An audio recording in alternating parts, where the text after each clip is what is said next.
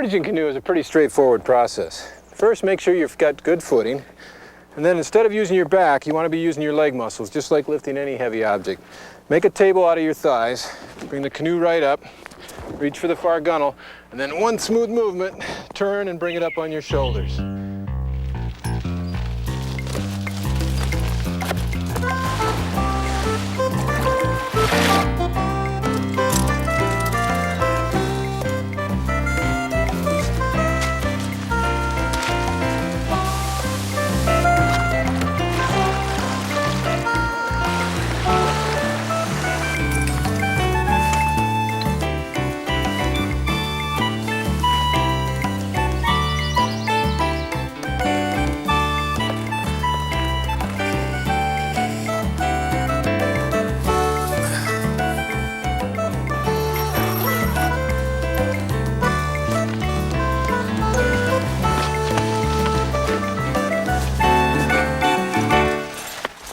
Wow, nice. It's real nice when you work for it.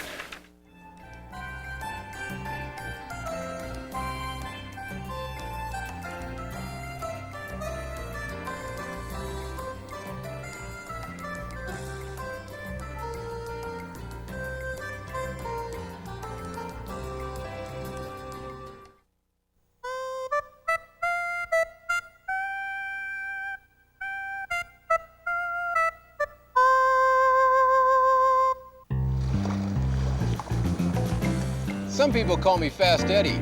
Catch me this week on Trailside.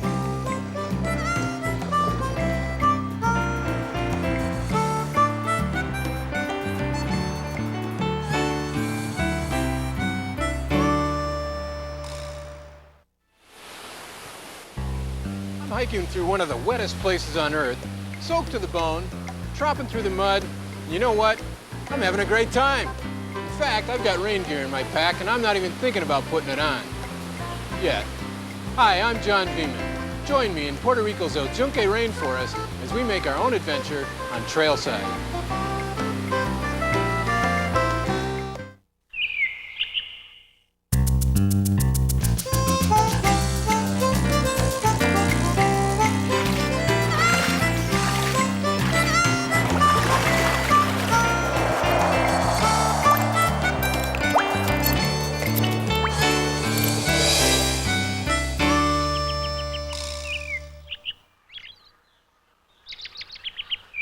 Puerto Rico's Yunque is not your everyday tropical rainforest.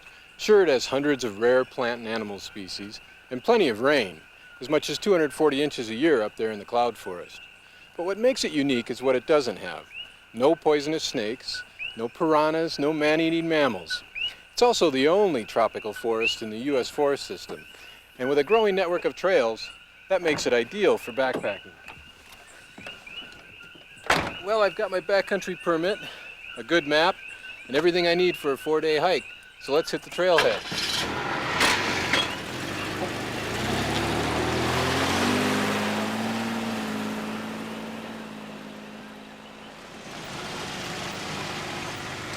Hi, John!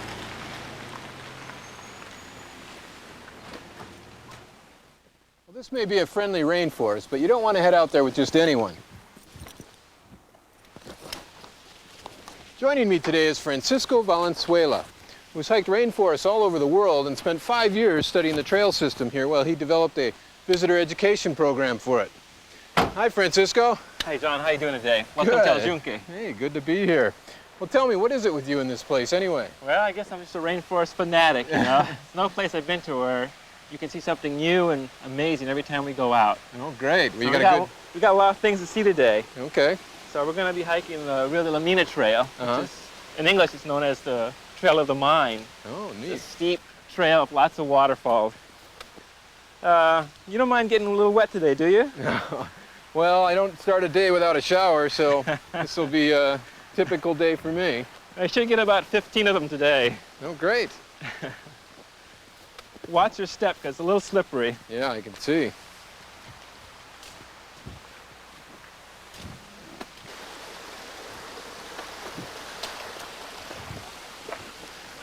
It's a lot more light down here than I expected. Isn't it usually kind of dark and shady in a rainforest? Yeah, usually, but in 1989, Hurricane Hugo ripped through here and pulled down a lot of trees. Uh-huh. And these cecropia here, which are sun-loving and fast-growing, have shot up. Yeah. Anytime you see those, you know that something dramatic has happened to the canopy.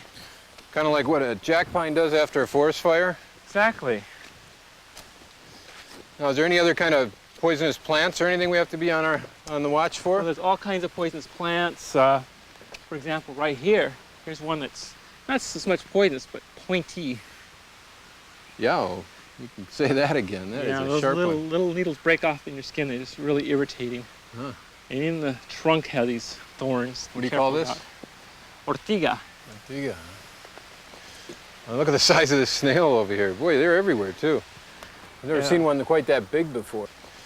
Yeah, this is our largest land mollusk here. Uh-huh. And the tropical rainforest, it's so wet that a lot of creatures associated with marine environments can live in it. Some of our snails don't even have shells on them anymore. They're so used to being in the water here. Boy, that shell is really smooth underneath too. You really have to keep your eye out. There's all sorts of life here, isn't it? All over. All of it, most of it hidden. Mm-hmm. What's this? This is a pretty flower, isn't it? The heliconia. It's a relative of like the banana plant. Right now, people are studying this for medical purposes. Maybe even cures for cancer can be found by many of the plants here in the tropics. Looks like the rain's coming in too. It looks like it. You can hear it coming. Yeah. I'm gonna get my jacket out, I think. At least you get a nice warning, huh? Yeah.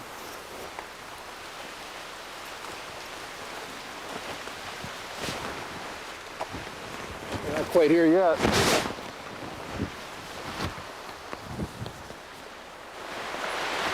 You use a poncho, huh? Yeah, it's much cooler. I don't like to be sweating underneath my rain gear. So I want as much ventilation as I possibly can. Huh. I kind of like to use these pack covers because that way you can kind of take your pack off if you stop and you still have your rain suit on. Right. I just A little use my more poncho versatile. under my pack, over my pack, so that I can keep a lot of ventilation between me and the rain gear. Huh.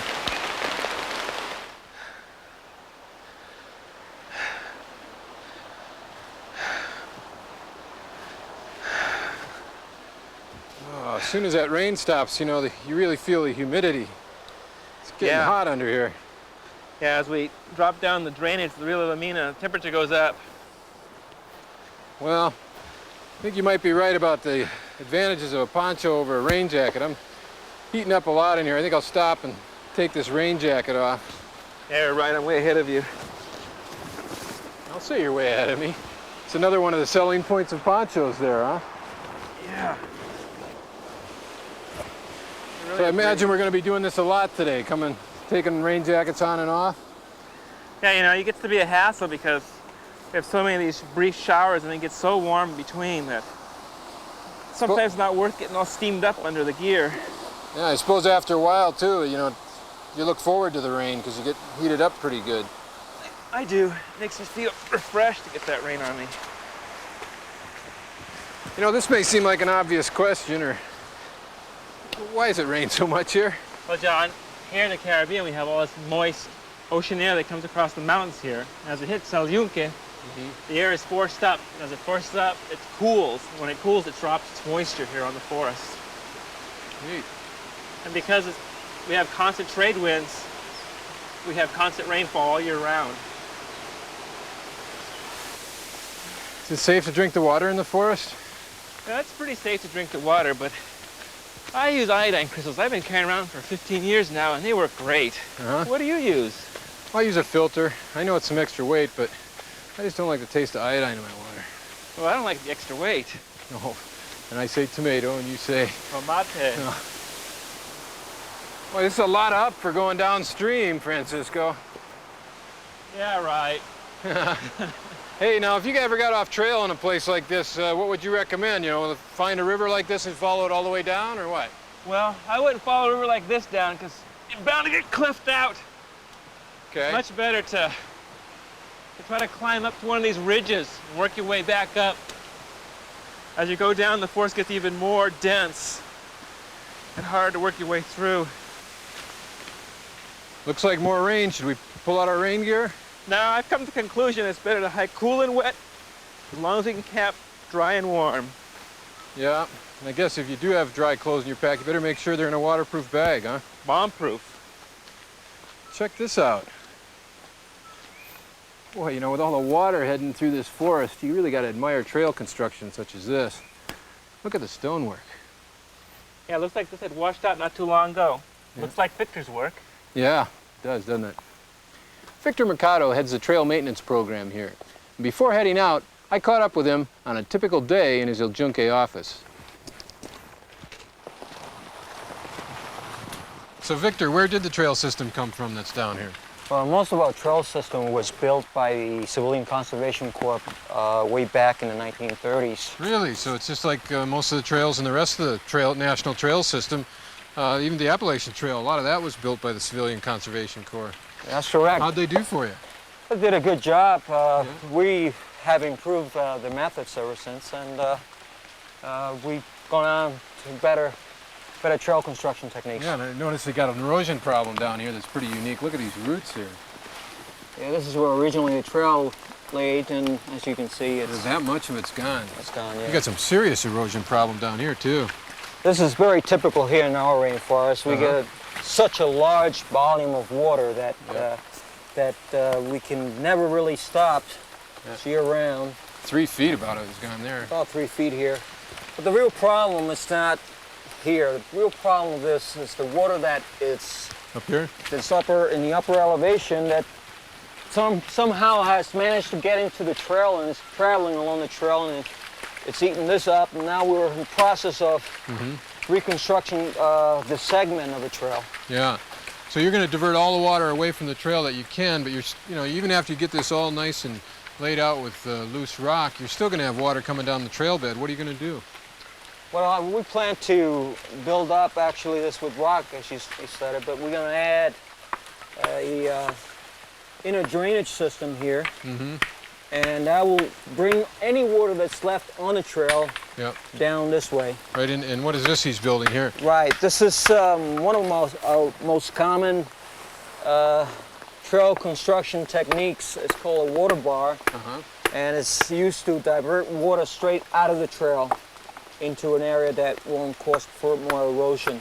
So, and all the rock and materials you're using here, you've gotten from right in the same area. So everything you need is really just over here on Trailside. That is correct. Most of the rock we find in the area, in the vicinity, and it's very labor intense. This type of structure has to be done right with large rocks, as you can see right here. These are very large rocks will last and hold for a long time. Yeah. Well, it doesn't look like you're going to run out of work soon with all this rain. Not right. Good job, Oscar.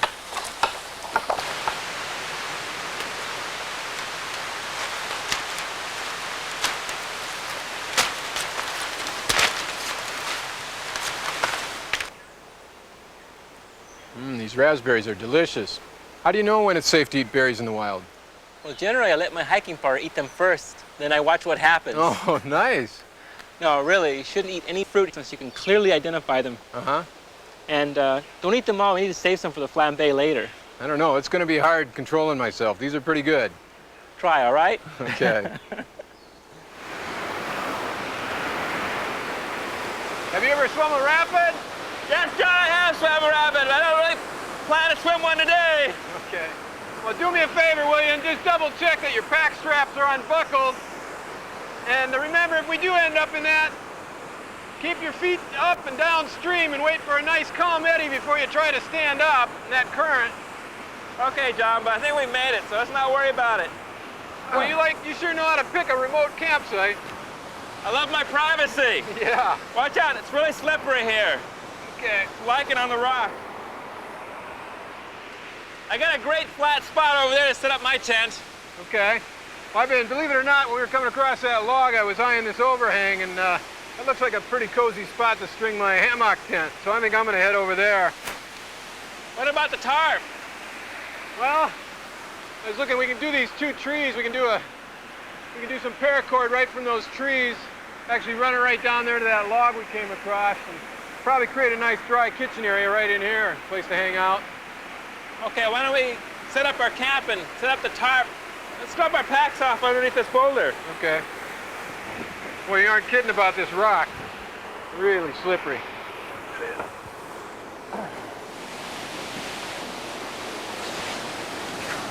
Thanks, Francisco. You're welcome. You know, most backpacking tarps today come with plenty of tie downs, but a lot of times they're not located where you need them, or they might even pull off completely in the field, so you have to jerry-rig something. The easiest way to do that is just take a little stone like this, place it where you need the tie down or the anchor, and just twist it off like that. Take your rope, go around a couple times, and there you have it. Real secure. But we don't need to do that here today, so we'll use the tie down. Let me show you one of my favorite knots. It's called the trucker's hitch. It's real easy to do, and it's great for creating tension on a line. Just take your two fingers like this on the side of the line, spin them around, reach through the loop you've made, and grab the rope, the end of the rope that's leading to the open end. Pull it through, create a little loop like that, then take the open end of your rope, feed it through that loop, and just gradually bring in the tension.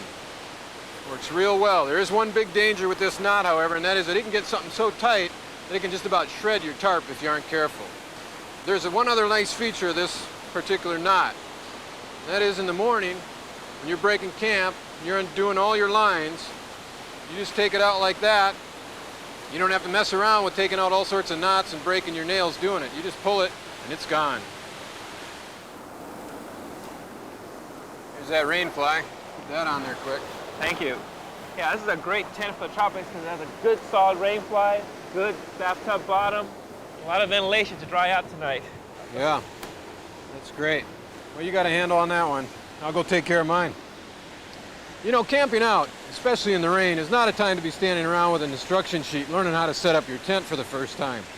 So take some time before you leave home to set up your tent and get familiar with it. Now, I'll be using a hammock tent while I'm out here because, unlike Francisco, you can't always count on having a flat spot, and when you do find a flat spot, chances are it's likely to be wet. The hammock tent also gets you up off the ground and away from any crawling insects, although there aren't that many in here in Yunque to worry about. Recognize this knot. Here's our trucker's hitch again. Let's string this guy right up.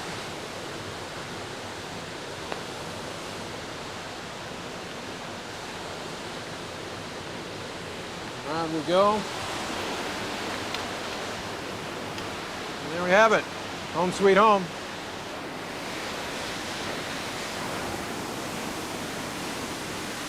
I think I see some bananas over there. You want to go get some? Yeah, I see them. Let's go get them.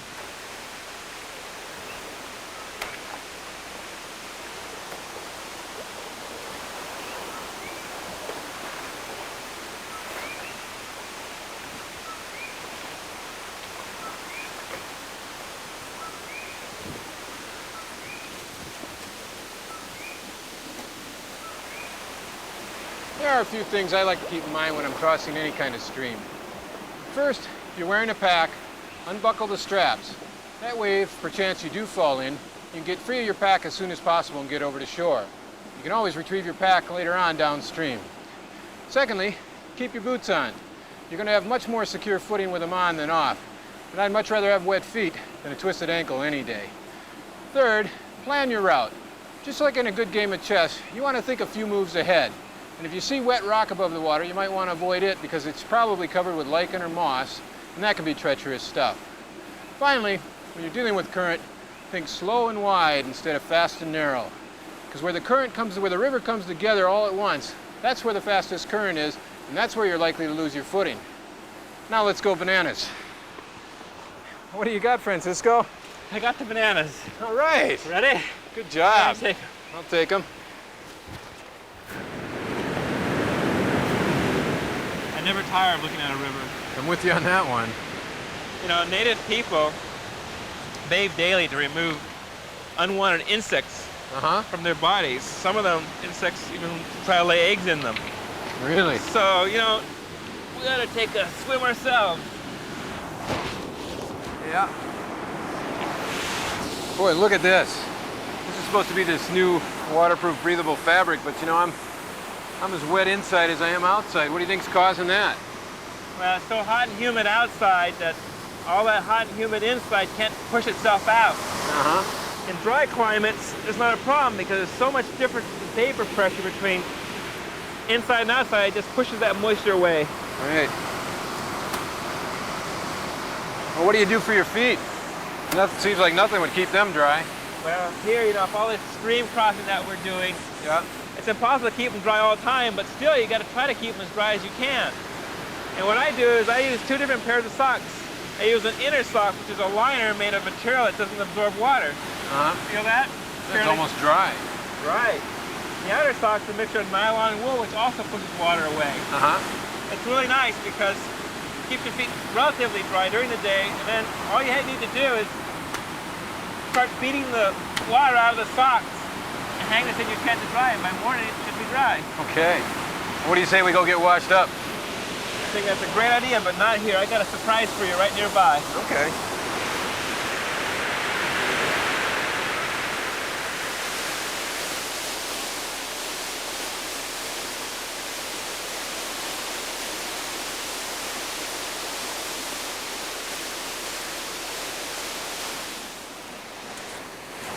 That smells great. What is it? This is called asopal con pollo, or like a Spanish gumbo with chicken. Uh-huh. Very popular here in Puerto Rico. Uh-huh. I just finished browning the chicken there Uh-huh. with margarine and some crushed garlic. Great. Here we have some tomatoes, bell peppers, and onions that have been sitting in water for about an hour. They're just rehydrating right there. Let these sit for a bit. Okay. To that, we're going to add some quick rice that has some other spices ground in there already, which I finished pre-cooking. And to that, we're going to add nice, beautiful peas, grated cheese. Uh-huh.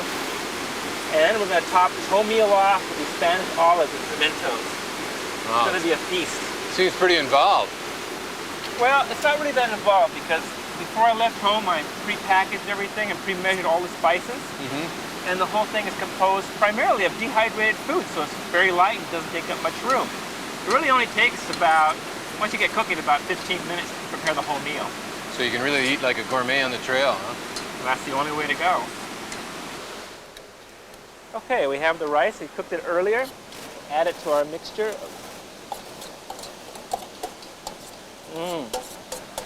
John, could you stir that a little bit? Sure. I don't get to taste any of this? No, not yet. Okay, I'm going to add the peas. Stir that in really well. Okay. All right, Looking looks good. Let me take that. Nice chicken. Spread that around a little bit. Sure. I'm starting to be able to taste this. And we'll add the olives, crush them up a little bit.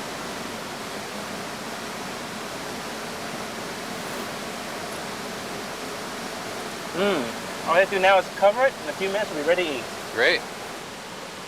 Boy, those look like candy, those bananas. I got the rum heated up. Bananas flambe, here we come. Yeah! Voila. Well, after a long hike and a good meal, there's nothing like lounging under the stars. I'm just making a few field notes on this waterproof pad. And by the way, I like to use a mechanical pencil because it'll write in just about anything. All my boots and clothes are drying out under the tarp. Francisco likes to hang his in his tent where his body heat will speed up drying time. Beyond that, I guess my only challenge tonight with all this water around me is to keep Jacques Cousteau out of my dreams.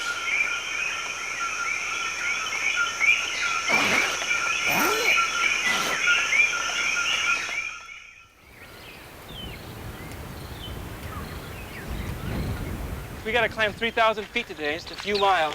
Okay. It's going to be steep, but it's also going to be great because we get to see several forest life zones.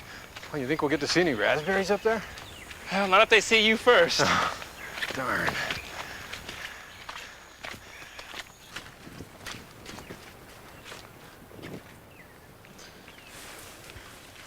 Well, these trees are really gnarly. I don't think I've seen anything like this before.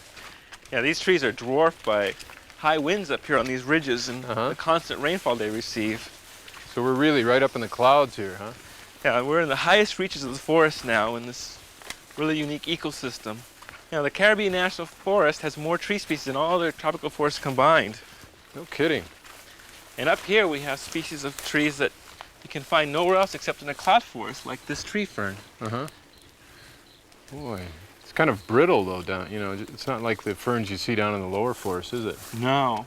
But I love this new growth that reminds me of elephant heads. It's so soft. Does kind of look like a trunk, doesn't it? It does.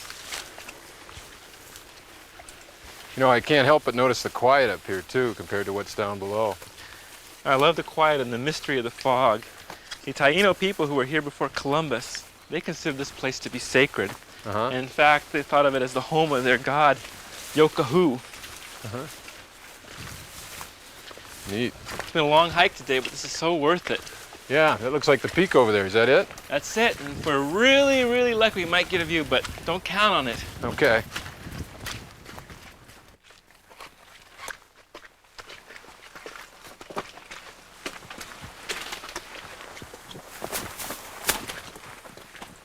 Well, this is the last part of the climb.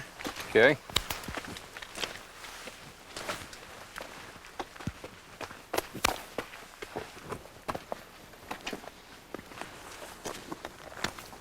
This is nice and steep.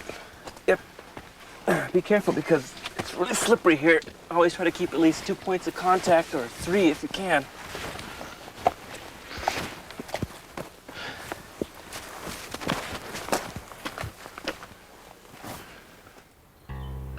Boy, that canopy is so thick. Good luck trying to find where we camped last night.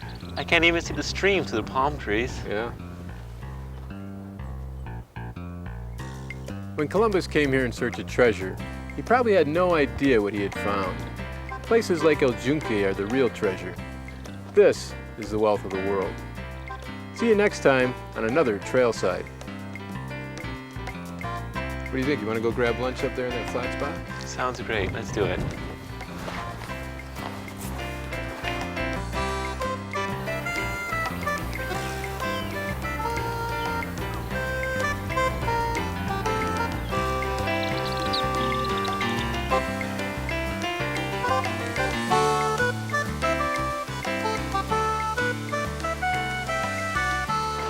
This water's really come up since last night. It sure has, but not nearly as high as when I jammed the log up here. Yeah.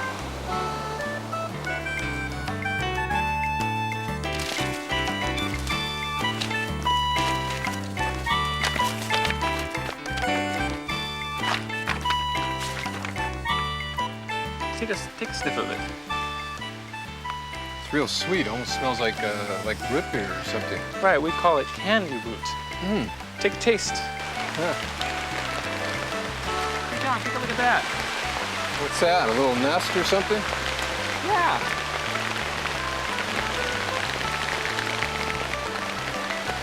A little bird in there, or what is it? Yeah, it's a little bird. Funding for Trailside is made possible in part by Chevy Trucks, who reminds you that it's possible to have fun outdoors and still leave Mother Nature with a smile on her face, too. And LL Bean, providing sporting gear and apparel for people who love the outdoors for over 80 years. And High Tech Sports, who invite you to enjoy the great outdoors and follow the trail to adventure. Guys, we're about ready to come in and block this thing out and do it. Wouldn't mind doing one more. You wouldn't mind doing another one? Do the wild sound right Do now. this wild track right here and Rolling. You want me to be walking? 52, take 2. Full speed. B. Quiet, please. And action!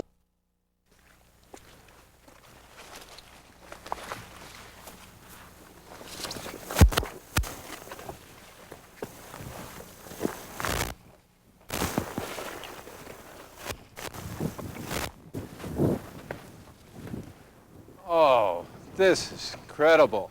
Look, The real challenge of gotta be doing a 1,000 show feet or so above backpacking the through the canopy. rainforest had to be walking on the so slippery inspiring. rocks. I mean, rocks when they're wet are slippery, but in a rainforest, I don't know why, but you really have to watch your step when it's anything less than sunny. Okay, hold on 1 second. Sound is everywhere in a rainforest, and the challenge for Michael Lonsdale, our sound man, was controlling it all.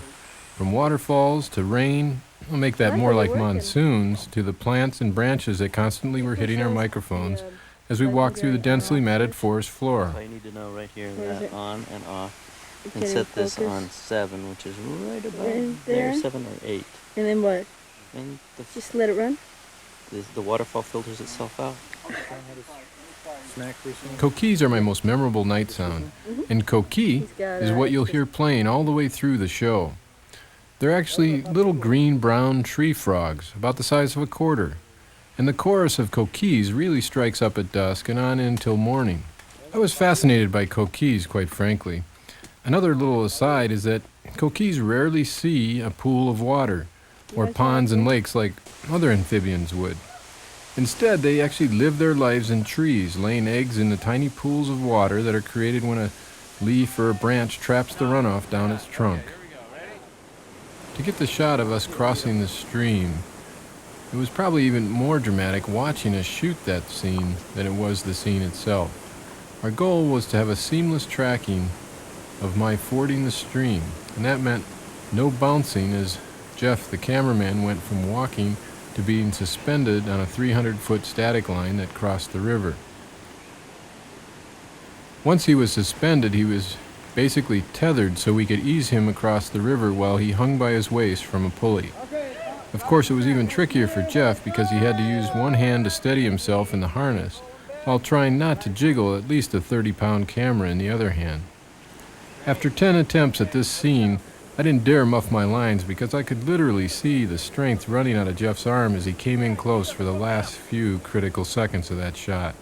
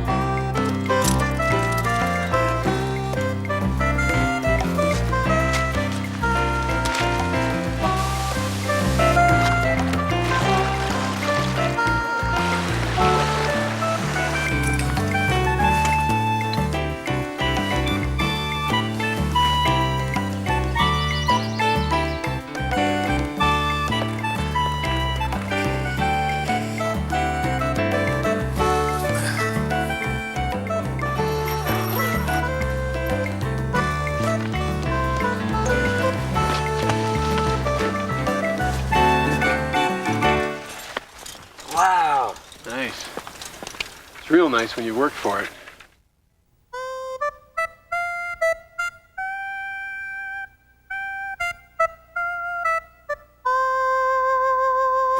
Why don't you move the tent and I'll kind of rough up the area a little bit. Get it looking a little bit more like its original condition. I think that looks even better than when we started. You know, low-impact camping is even more important in a wild place like Alaska. Not just because it's easier on the environment, but also because it preserves a sense of wildness for the next person to camp here. We had that sense of wildness till we came to this campsite. This old fire ring is a good example of high-impact camping. You know, not only are fires unnecessary, especially for cooking, but they leave visual scars, charred rock, scorched earth. You can discourage high-impact camping by dismantling fire rings when you come upon them, and restoring the camp area to its original appearance. And if you do have to build a fire in an emergency, dig a hole below the tide line, use small pieces of driftwood, and no stones. And when you're through with your fire, fill the hole back in, and the ocean will clear away any trace of it. And when we get done with a camp area, we like to sweep it because we think it's nice to not even leave footprints.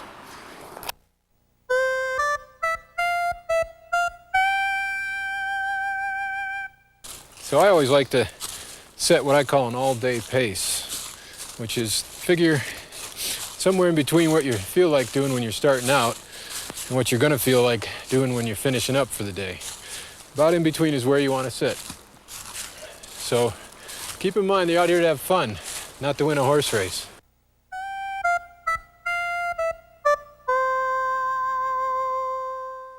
Organic waste, like this peach pit, while biodegradable, can attract wildlife to an area. And in heavily used areas, creates a visual eyesore. For instance, an orange peel can take up to 6 months to biodegrade out here. So bring along a plastic trash bag and pack out all your waste.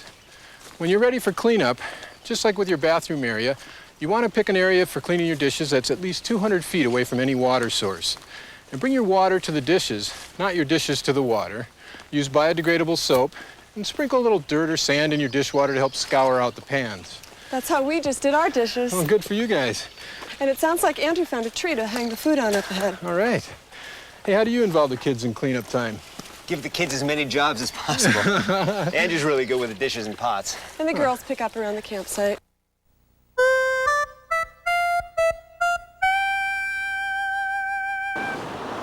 I've seen this before. I've always had trouble with it, too. Awful lot of white in the background there. You might want to overexpose your pictures just a little bit, John.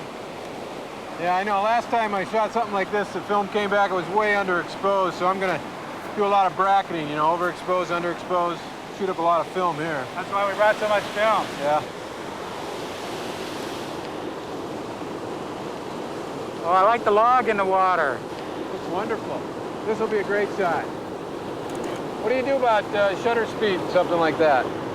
You might want to try some different shutter speeds. A fast shutter speed will freeze those little drops of water in the air. A slow shutter speed will give it a soft, silky, blurry look.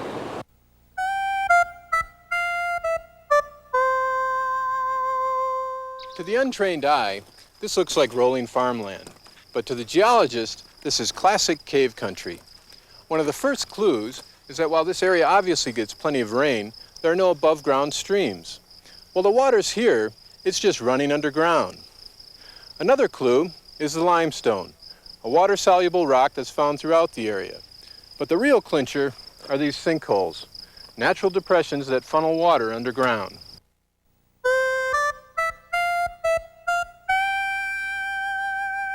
Hey, what size binocs are you using?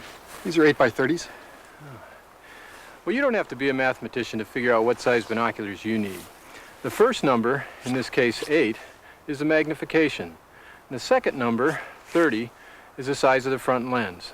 The greater those numbers, the bigger and brighter your image size. That also means that your binoculars are going to be larger.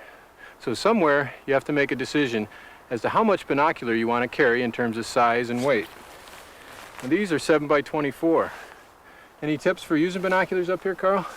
Well, it is more complicated than just looking through them. What I do is slowly sweep an area and try not to fix on any one object. Once that's finished, you can repeat the cycle, go over the same area again, and look to see if anything has moved or if anything looks unnatural. Okay. I see a lot of logs down there. Yeah. If you move a little to your left, check out that log on the right bank. What do we got there? It looks like a brown bear.